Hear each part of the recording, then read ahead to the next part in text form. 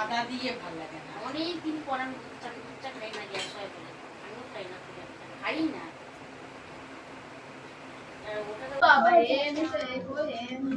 কলকাতায় যাইনি ও তো বিজ্ঞান জীবন বিজ্ঞান স্যার যেগুলো লাগিয়ে যেগুলো লিখবে সেগুলো তাহলে ওনারাই কম জীবন কাপে সেগুলোই কম মানে ওই দিকে করছে সেগুলো মানে ওই দিকে করে আমরা বলছে কি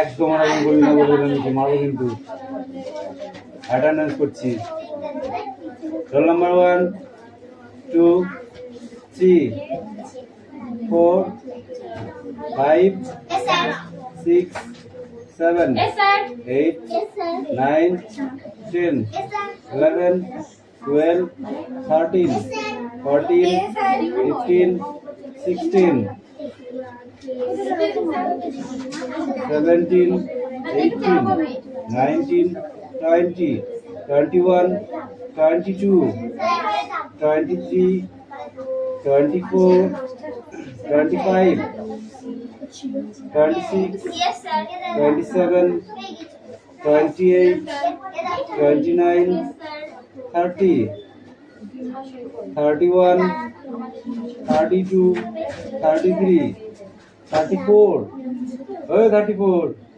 ওই মারবো টাকে তুই মানে সবাই তো টাকা পয়সা 35 এই যে ঘুমন্ত টাকটা তৈরি আসেনি খাওয়া কত এদিন দৃষ্টি কেন আমার হবে তারপর 27 ওই জন্য অ্যাবসেন্ট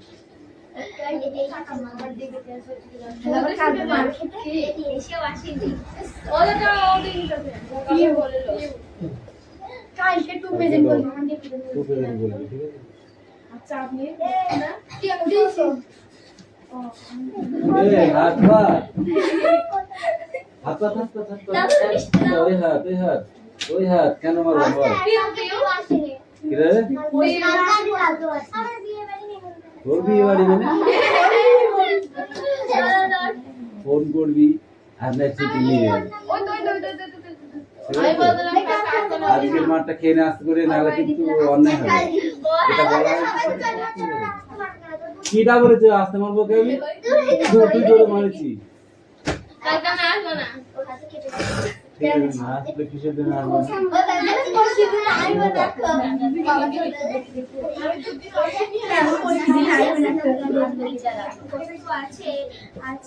যাদের নিজস্ব আলো দিগন্ত হয়ে অপ্রকাশ বস্তু বা আলো পড়া হবে নেবো এক্ষুনি লিখতে দেবো ওদের হবে না তোরা দেখে নে তাড়াতাড়ি এই বের করে দে তোর একটু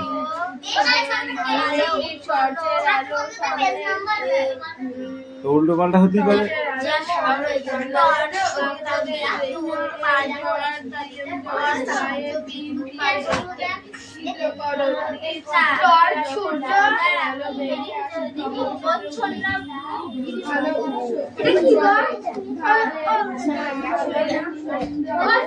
স্বচ্ছ বস্তু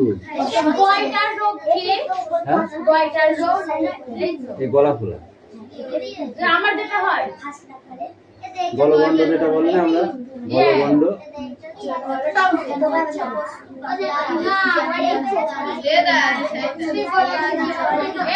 গলগণ্ড আলাদা গ্রয়টার আলাদা টনসিলটা এখানে থাকে আর গলগণ্ডটা এখানে হয় হ্যাঁ ফুলে থাকে ওই এই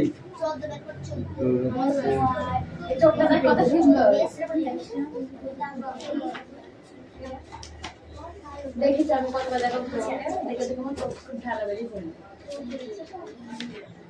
বিন্দু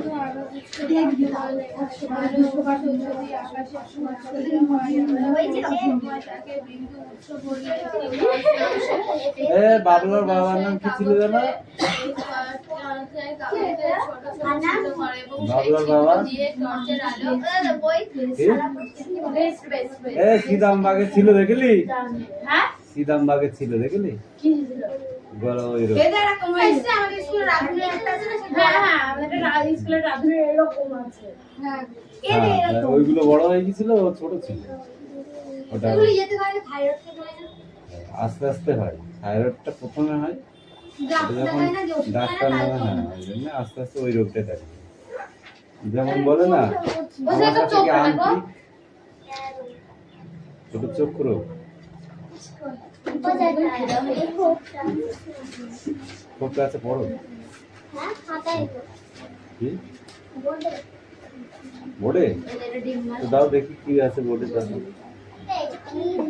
তো পড়ো।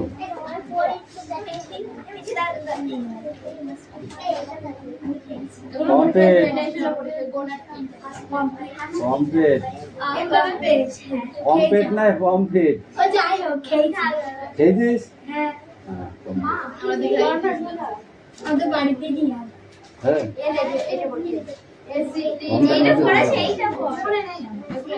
স্বচ্ছ অস্বচ্ছ স্বচ্ছ বস্তু ওইগুলো আসবে কিন্তু পরীক্ষায়। তির্যক, ঠিক আছে, আলোর প্রতিফলন, আলোর উৎস, এগুলো আসবে।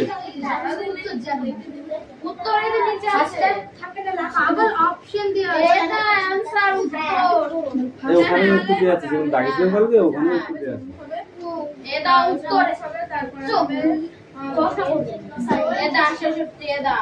চোখের যে অংশে প্রতিবিম্ব গঠিত হয় তা হলো রেটিনা।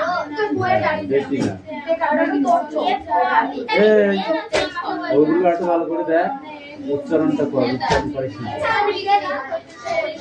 উচ্চারণ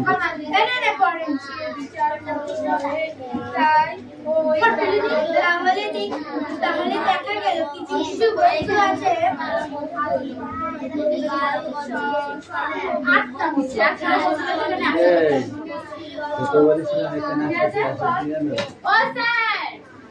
শর্ট 100টা কোশ্চেন আছে করবো।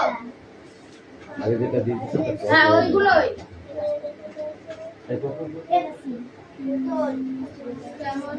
এই আদিরা হয় হয় তো আচরণ করতে পারে কোনো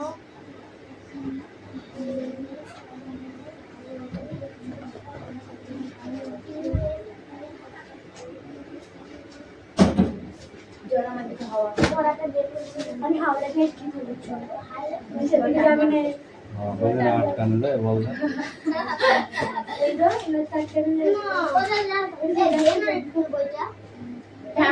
চলতে পারে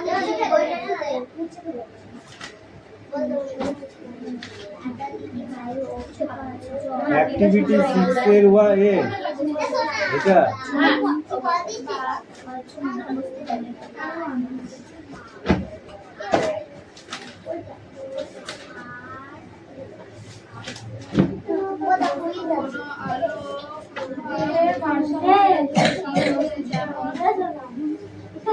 the girl yes playing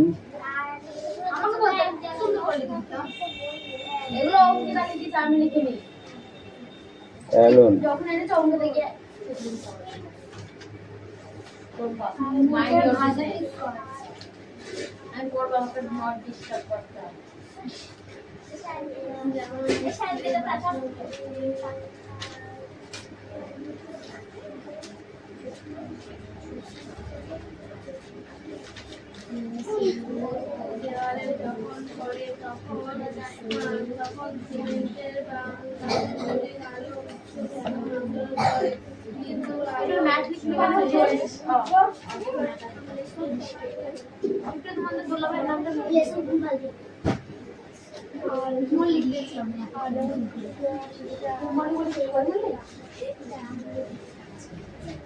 দেড় ভাষা অনুদানের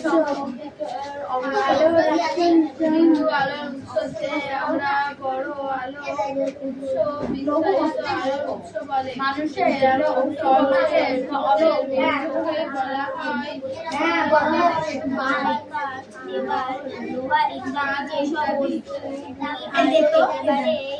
চলাচল করতে পারে না সূর্যের আলো বিন্দু আসুন আপনার সূর্যের আলো সূর্যের আলো কোন স্যার শিবর মার পাওনা আছে তোমার কাউকে মেরেছিল এটা তো তুই কত শুভ কালকে আমাকে মেরেছিল এখানে মোটের কার্টুন শুধু না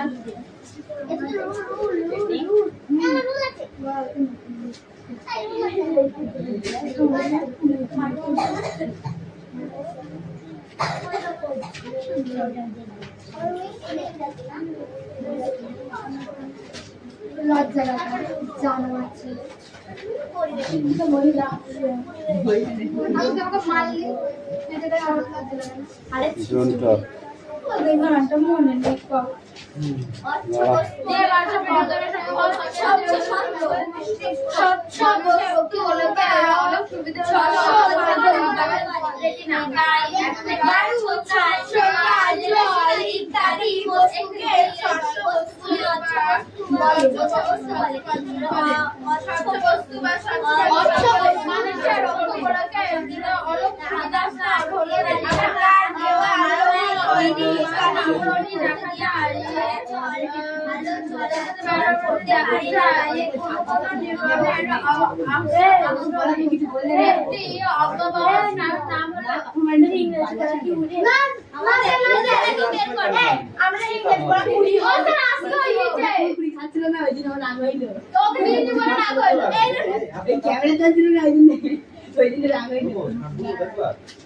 যদি দেখি গায়ে হাত দিয়া আবার এরপরে কিন্তু ধুমধাম করে মারবে ওয়ার্নিং দিবা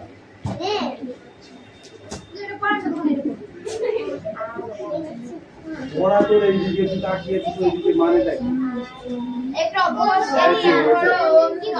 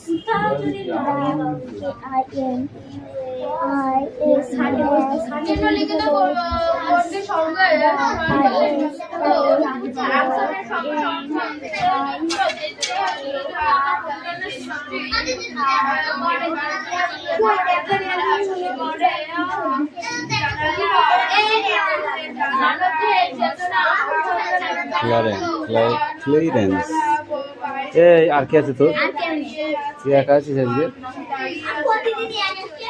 একদম হুটোপাটা করবি না কিন্তু চুপচাপ বইবার কর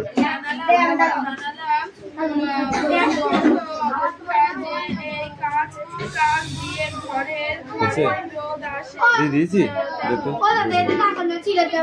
যারটা দাগানা ছেড়ে দে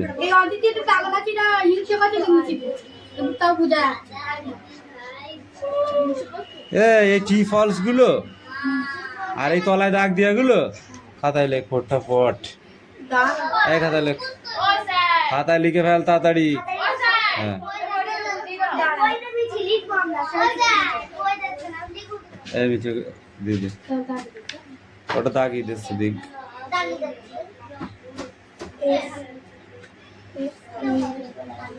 বর্জনের সংজ্ঞা। বর্জনের সংজ্ঞা, বর্জন মানে কি? যা ত্যাগ করা হয় সেটা হচ্ছে বর্জন। আর যেটা গ্রহণ করা হয় সেটা বর্জন নাকি? তাই সেটা গ্রহণ, গ্রহিতা, গ্রহিত বা গ্রহিতা। আর যেটা ফেলে দেওয়া হয় যেটাকে বলা হয় অপ্রয়োজনীয়। অপ্রয়োজনীয়, যেমন আমরা সবজি কাটি, সবজি খোসাগুলোকে ফেলে দিই, এটা হলো অপ্রয়োজনীয়। ঠিক আছে, সেই জন্য ফেলে দিই। যদি প্রয়োজন থাকতে ফেলতাম না। তাই কি হয়েছে তোদের? হ্যাঁ হ্যাঁ, ওটা লিখে নিয়ে আসতে, যে কোনো ওটা খাতায় লিখতে হবে। ওই যা বারে ওটা নামা করবি, ওখান থেকে দেখা যাবে, ওখান থেকে দেখে দেখে বলবি।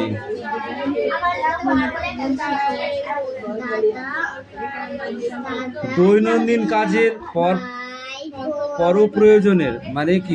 দৈনন্দিন কাজের পরপ্রয়োজনের অতিরিক্ত বাতিল ও আপাতভাবে ব্যবহৃত যোগ্য অস্বচ্ছ যেসব কঠিন তরল গ্যাসীয় ও দ্রব্য পানীয় করা হয়, মানুষ সহ পরিবেশের ক্ষয়ক্ষতি করে, তাকে বর্জন বলে। এখানে একটু কঠিন উচ্চ বাংলায় লেখা আছে, বুঝছিস? লিখে দেয় না, দেখে যা। যে কোনো বস্তু তরল হতে পারে, সেটা কঠিন হতে পারে। তরল মানে কি বল?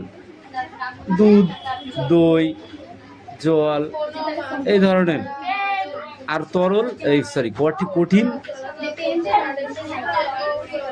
পদার্থ খাবারের যে কোনো, হ্যাঁ, যেগুলো শক্ত খাবার একটু, যেমন দেখ দুধ থেকে তৈরি হয় কি? দুধ তো তরল। দুধ জমিয়ে কি হয়তো কি তৈরি হয়? ক্ষীর তৈরি হয়। ক্ষীরটা কি নষ্ট হয় না? অফকোর্স হতেই পারে, সেটা বেশি দিন লাগতে পারে, সে কিন্তু হবে, ক্ষতি হবে। ঠিক আছে, তারপরে আছে যেমন গ্যাসীয় পদার্থ। হ্যাঁ, গ্যাসীয় পদার্থ। ঠিক আছে, গ্যাসীয় পদার্থ কি হতে পারে? যেগুলো আমরা খাই। হ্যাঁ,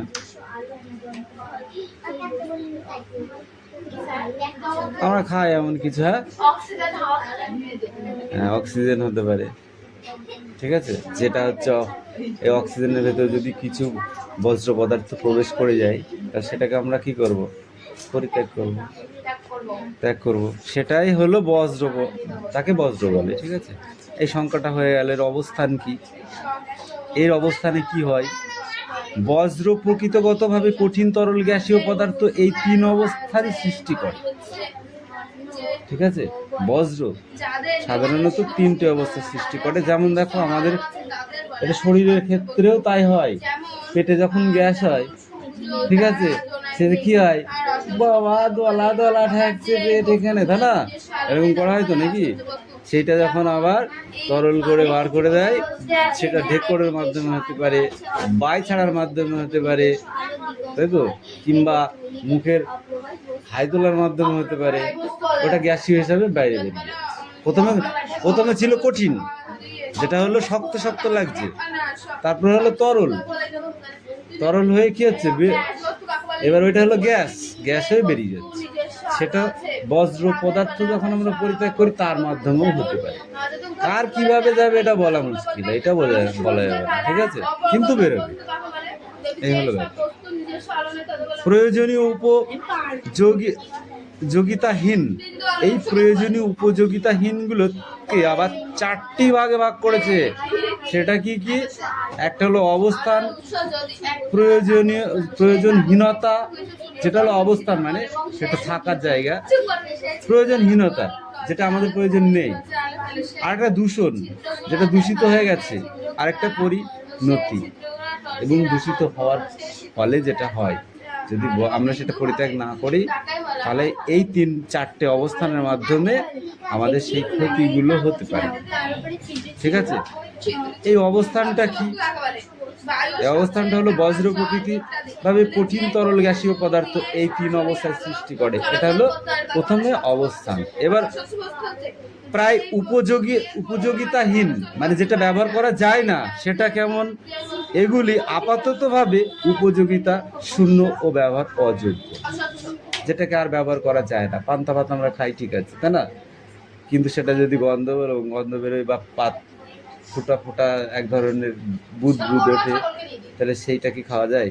তখন আমরা কি বলি, এটা পচে গেছে, এটা খাওয়া যাবে না, তাই না? বাটার, এই হচ্ছে বাটার, খেয়েছিস বাটার? ব্রেড খেয়েছিস? ব্রেড কোন ব্রেডগুলো খেয়েছিস? হ্যাঁ ওইগুলো তো, ওর ভিতরে এক ধরনের হলদে এক ধরনের নীলচে আস্তরণ পড়ে, দেখেছিস? ওটাকে কি বলে? ওটা ব্যাকটেরিয়া, ছত্রাক। ওটা ল্যাকটিক অ্যাসিড, ওটা উপকারী ব্যাকটেরিয়া। ব্যাকটেরিয়া কিন্তু শুধু ক্ষতি করে তা নয়। কি কোথায় পাওয়া? চোখে দেখা যায় ব্যাকটেরিয়া? ব্যাকটেরিয়া কি চোখে দেখা যায়? যায় না, ঠিক আছে। ছত্রাকটা দেখা যায় খানিকটা, ছত্রাক যেটা আস্তরণ পড়ে এক ধরনের সাদাটে, দেখেছিস? লেবুতে পড়ে, হ্যাঁ আলুতে পড়ে, লেবুতে পড়ে, বেশিরভাগ টক জাতীয় জিনিসে বেশি পড়ে। দই, আলুতে যেটা পড়ে সেটা অপ্রয়োজনীয়, খাওয়া যায় না, কিন্তু লেবুটা খাওয়া যায়, ঠিক আছে। ওই থেকে পেনিসিলিয়াম তৈরি হয়। ওই পেনিসিলিয়াম যদি তোদের কোথাও ফোড়া হয়, ওই টক জাতীয় যে ফলগুলো, সেই ফলের ওপর যে সাদা আস্তরণটা পড়ে, সেটা নিয়ে যদি সেই ফোড়ায় লাগিয়ে দিস, রাতারাতি ফেটে যাবে। লেবুতে বেশি হয়, সেটা ব্যাপার না, ঠিক আছে। কিন্তু ব্যাকটেরিয়াটা সৃষ্টি কোথায় হচ্ছে বেশি? সেটা তেঁতুল একটা ছোট জিনিস, তাতে কত ব্যাকটেরিয়া হতে পারে। লেবু একটা তো বড়, তাই না? সে লেবুটা কেটে ফেলে রাখবো, দেখবো লেবুতে ওর জায়গাটা বেশি পাচ্ছে, ব্যাকটেরিয়াটা তৈরি করতে পারছে বেশি। বুঝা গেল? ওই কি করতাছস? এবার পরিণতি।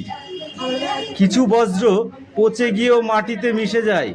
কিছু বজ্র আছে যা পচে গিয়ে মাটিতে মিশে যায়, আবার কিছু বজ্র আছে যা দীর্ঘদিনেও মেশে না মাটিতে।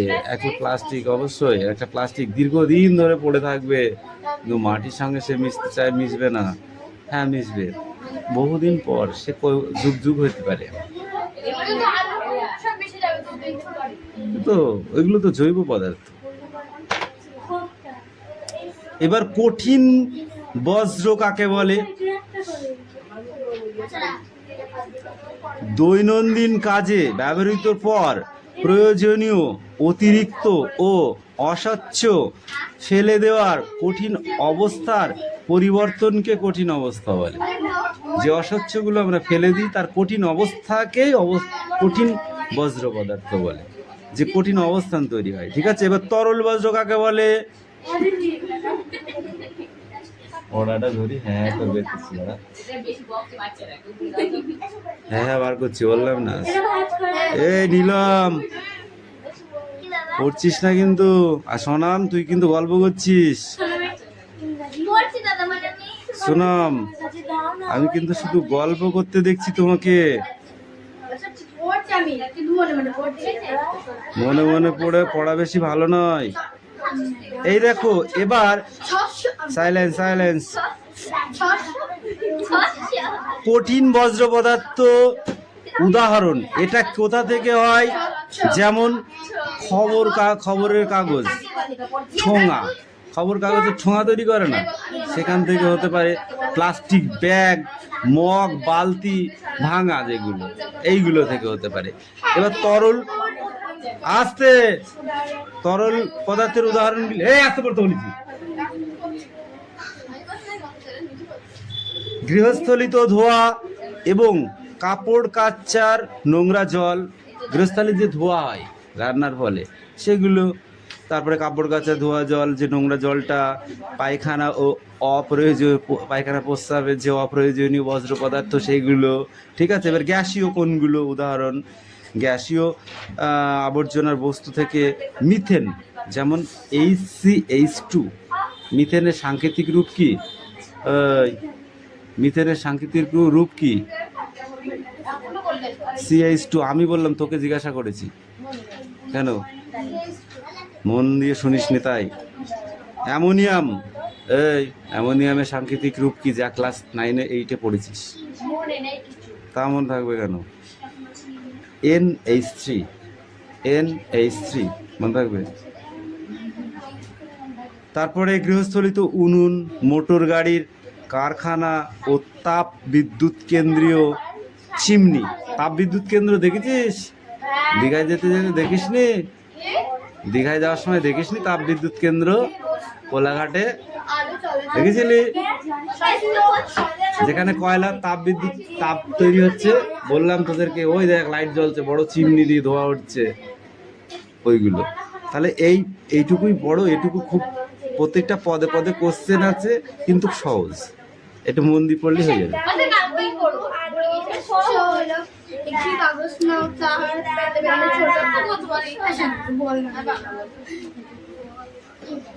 কি হয়েছে রে? আমি জানি তো, ওই জন্যই তো বইটা দিতে বলছি, এমনি বলছি 2 পৃষ্ঠা পড়া তো, বইগুলো সব ক্লোজ করো।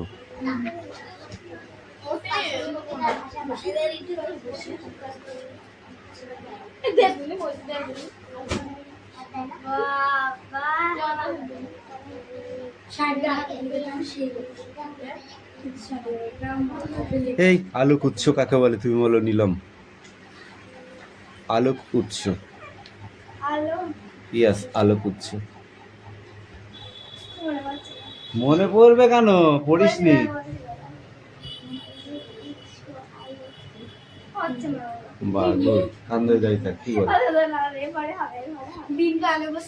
আলোক উৎস কাকে বলে বলেছি?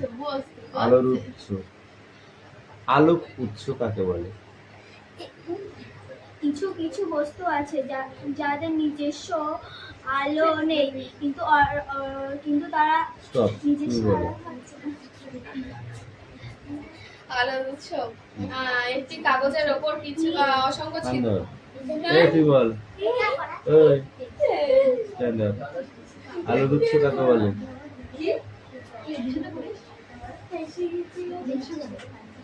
কিছু কিছু আলো আছে যাদের নিজস্ব আলো আছে, অর্থাৎ এই বস্তুগুলো থেকে নির্গত আলো নির্গত হয়, ওই বস্তুকে আলোর সপ্রভু বস্তু বা আলোর উৎস বলে, যেমন সূর্য, জোনাকি ইত্যাদি।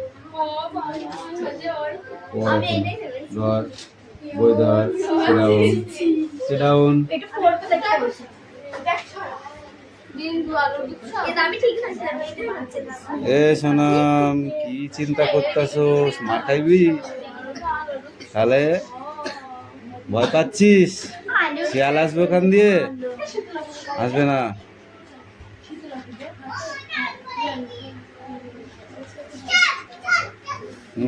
এইবার হয়েছে, ঠিক আছে, দাও বই দাও। এই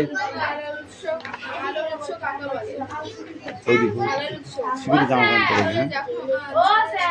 এই অ্যাক্টিভিটি 6 এর B আর C, এই দুটো। এই ওটা বইটা দে, ওই অষ্টমী।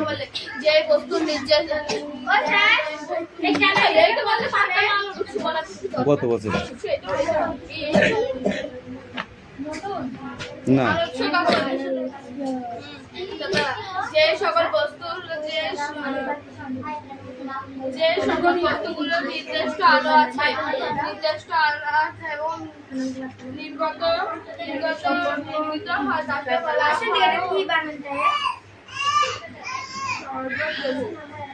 সর্বপ্রভু।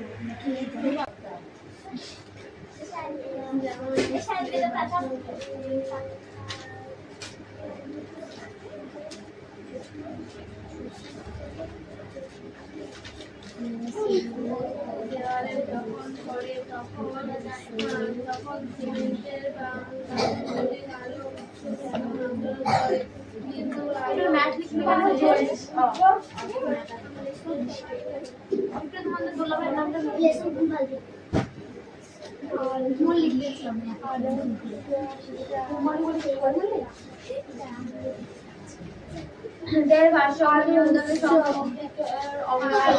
কিন্তু আমরা বড় আলো মানুষের বলা হয়